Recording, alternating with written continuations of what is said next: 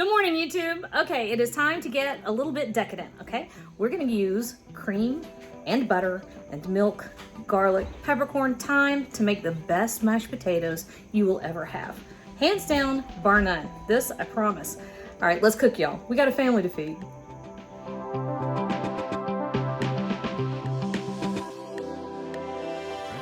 I'm ready? All right, we're making mashed potatoes, y'all. Okay, let me get a couple things out of the way. We are not making anything that you're gonna eat on an everyday basis. We are not making anything that is friendly to anybody's diet. What we are making are the best mashed potatoes that you will ever eat, okay? There's two ways to do that. Cream and butter. We're using both. So, are we good? All right, we're good. All right, so here I have about 4 pounds, give or take. You don't have to like kill yourself being accurate. These are just plain old russet potatoes. However, a lot of people, I lost what? You stay on the potatoes. A lot of people recently have been all about Yukon Gold potatoes, right? Those are fine. They are delicious. Some people say they are better. It's what you like most. This is a traditional Irish potato, okay? This is a Yukon Gold potato. They make great mashed potatoes. Either one is what you like. Here's the difference. I don't know if that'll show up on camera. Can you see that at all? Little bit yellow. There's a little bit of beta carotene in here. Not acres and acres, but you know, enough that it would make a nutritional difference. Use that if you want to. I have Irish potatoes because this is what I grew up with. It's what my mother and my sister and my grandmother and her sister and my great-grandmother, because we're in the Appalachians, and if you haven't been able to tell from my hair genetically, I didn't fall far from the Irish tree. Okay, so all I'm doing here, and like I said, this is about 4 pounds. Typically, if I'm making mashed potatoes just for the family to have on just a weeknight, I don't peel them, I leave the peel on, and I use way less butter, milk, and cream. However, I am playing with recipes for the upcoming holidays, and that's when you kind of pull out the stops a little bit. All right. Now, these, if you didn't notice, I didn't get real fussy with, right? I just cut them into chunks. And these are chunks that are gonna cook in about 20 minutes. Actually, I'm going to test them at 15 minutes. And here I have a pot of water that is coming to a boil. It's almost to a boil. Let me show you a trick to make an amazing mashed potatoes. Let me show you a couple of them. This is one of those things that is so super simple, but a few little hints really makes a difference. Okay, so here we have lots of water, right? We want a lot of agitation in here. A good tablespoon of kosher salt. Don't freak out, most of that will drain away, okay? But if you don't season them from the beginning, they're never gonna taste right. Now, back here, I have 1 stick of butter that has already started to melt. I'm gonna turn my heat down pretty low. I actually wanna bring this up to kind of a bare simmer and let this simmer while this is getting ready. Now, to my stick of butter, I'm gonna add a cup of milk and a cup of cream. And y'all, I'm not gonna lie, I have another stick of butter in reserve, okay? So a stick of butter, for those of y'all that aren't in the US, it's a 1/2 cup. So 1/2 cup of butter, I'm reserving 1/2 cup of butter, which usually ends up in the pot, I'm not gonna lie, and we're not butter shaming here, by the way. Now, 2 cloves of garlic. All I did was peel them and kind of give them a smash. 2 teaspoons of whole black peppercorns. Now, that butter, cream, milk mixture back here on the back of the stove, that's gonna melt. It's gonna simmer. And we're gonna let all those beautiful things, the garlic, the pepper, and quite a bit of fresh thyme. Oh. If somebody would make that into a perfume, I would buy it. I would buy it and I'd wear it and everybody would love me because that's amazing. Okay, notice I didn't worry about pulling it off of the stem. I just threw it right in there the way it was. That looked like dirt. It was where I was worried I just up and threw in my... Anytime you buy produce and it says it's fresh and ready to go, check it. I didn't check that one. I got weirded out. I thought it was dirt. It's not. It's just a brown stem. But I still didn't want it in my food. Okay, so here we go, y'all. This is all we're going to do. Let's see. This is going to come up... Ow, that's hot. This is going to come up to a full boil. We're going to let this simmer for 15 minutes. We're going to check it. If our potatoes are tender, we're going to drain them and put them right back into this pot. This, our butter, milk, cream, peppercorns, garlic, and fresh thyme are going to sit back here. That butter is going to melt. We're going to let everything simmer together. It's going to bloom those flavors. And we're going to get our strainer ready. So when it's time to make the mashed part of the mashed potatoes, we'll be ready to go. All right? That's all we're doing. You notice this is not rocket science, y'all. It just takes a little effort. That's what we're looking for. All right, I'm just gonna set my timer now for those potatoes. We're gonna check it 15 minutes. And that is melting, but not very fast. I'm gonna turn that up just a touch. We do want it to simmer just for a couple minutes. Not boil, just simmer.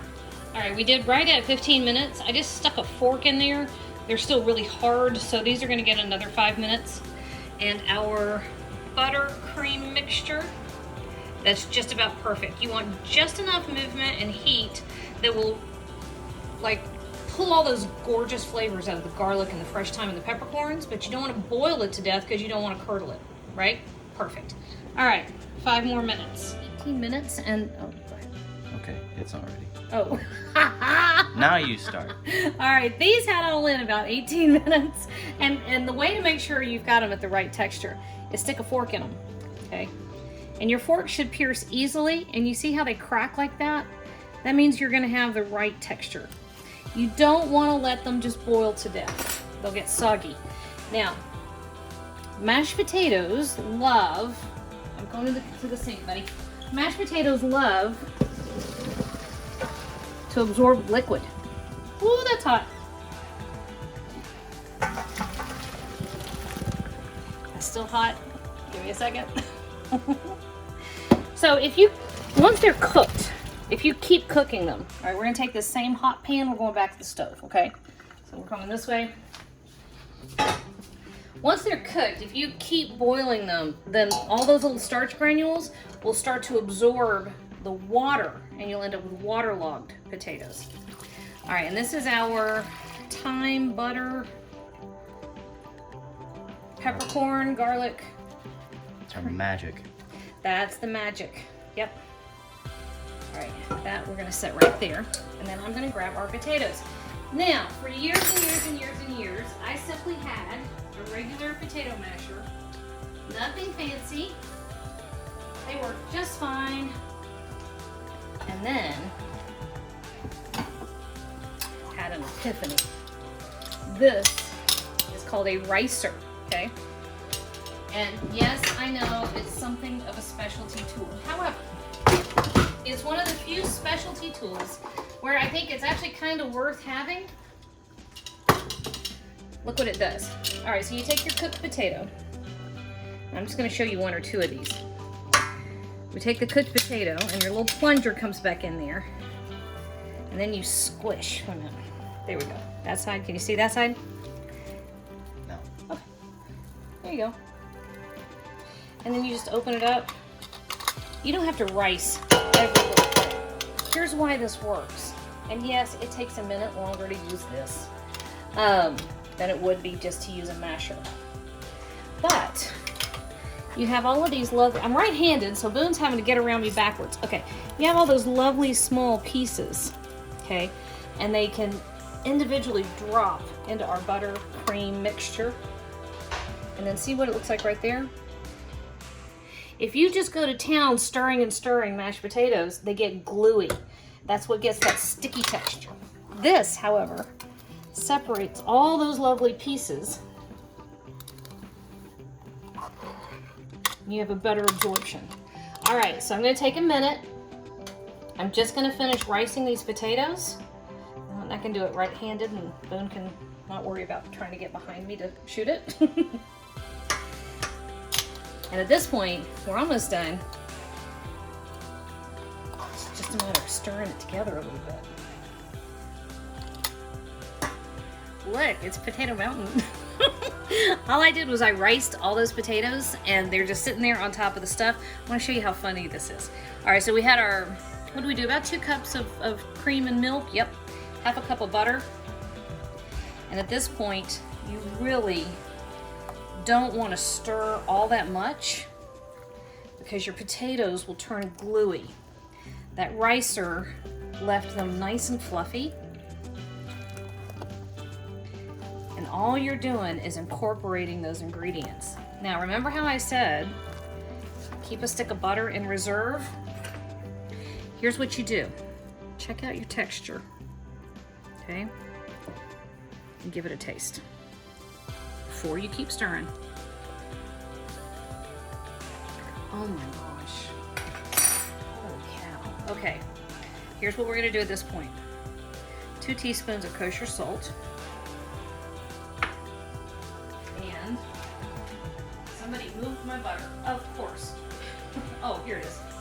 We're gonna take half of our reserved butter, and that's coming in here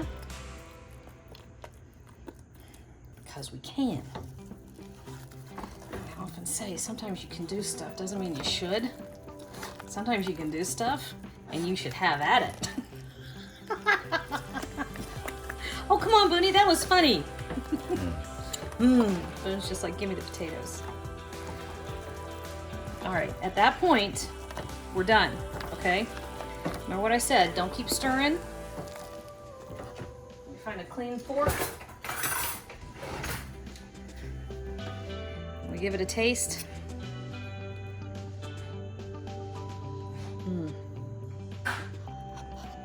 Yeah, that's perfection. Check it out.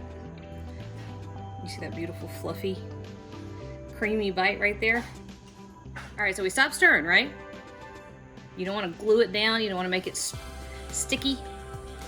That, y'all, is the perfect bite of creamy, delectable mashed potato. And it's perfect.